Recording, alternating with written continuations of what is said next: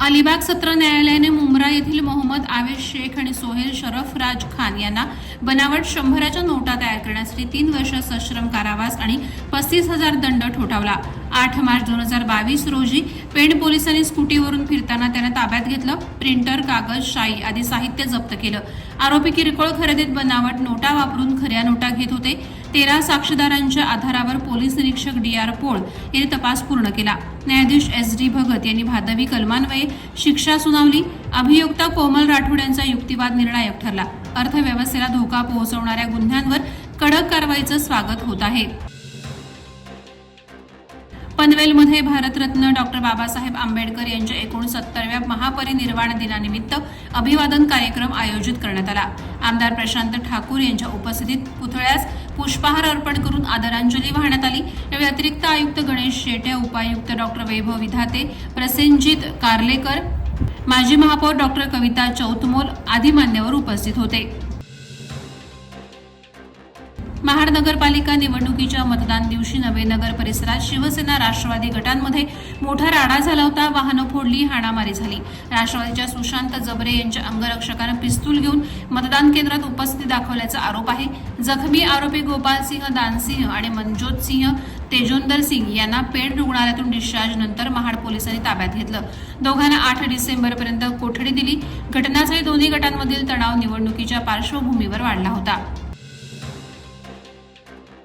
पेण येथील तहसील कार्यालयाजवळ हबीब खोत यांच्या सेतू कार्यालयात उत्पन्न दाखल्यासाठी 200 रुपये आकारले जात असल्याची तक्रार जाणता राजा प्रतिष्ठानचे जिल्हाध्यक्ष सुरेंद्र गावंड यांनी तहसीलदारांकडे केली होती.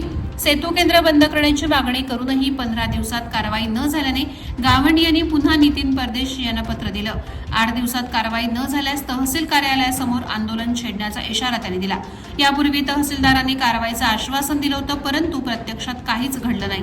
ही फसवणूक थांबवण्यासाठी प्रतिष्ठान आक्रमक झालं असून स्थानिक नागरिकांच्या हिताचा मुद्दा उपस्थित केला आहे. मुंबई पुणे राष्ट्रीय महामार्ग क्रमांक 4 वरील कर्जत फाट्याजवळ रोज वाहतूक कोंडी होत असून शनिवार रविवार तासनतास वाहनं अडकतात. कर्जत माथेरान कल्याणकडे जाणाऱ्या मार्गावर वाहतूक नियंत्रण यंत्रणा बंद असते.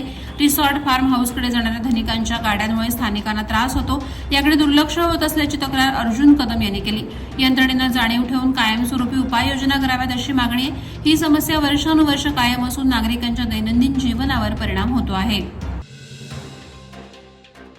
माणगावमध्ये महत्त्वाच्या समजल्या जाणाऱ्या निजामपूर विभागात प्रस्थापित आदिवासी समाज भवनाचा भूमिपूजन सोहळा 6 डिसेंबर रोजी निजामपूर ग्रामपंचायत इमारती शेजारील भूखंडामध्ये महाराष्ट्र राज्य रोजगार हमी फलोत्पादन खारभूमी विकास मंत्री नामदार भरत गोगावले यांच्या हस्ते पार पडला.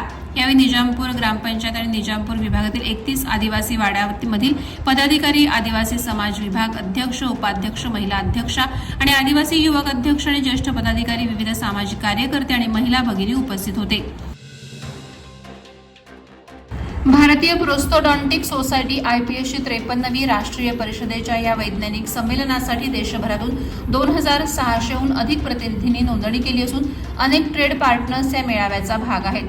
दंत विशेषज्ञतेतील हा विभाग ओरल आणि मॅक्सिलोफेशियल प्रोस्थेसिस तसेच डेंटल इम्प्लांटशी संबंधित आहे. आयोजन समितीचे अध्यक्ष डॉ. गौरांग मेस्त्री आणि सचिव डॉ. परमित बांगा तसंच त्यांची संपूर्ण टीम, IPS अध्यक्ष डॉ. शिल्पा शेट्टी, महासचिव डॉ. जांगला हरी आणि इतर पदाधिकाऱ्यांच्या सहकार्याने या वैज्ञानिक मेळाव्याचे आयोजन करण्यात आले आहे.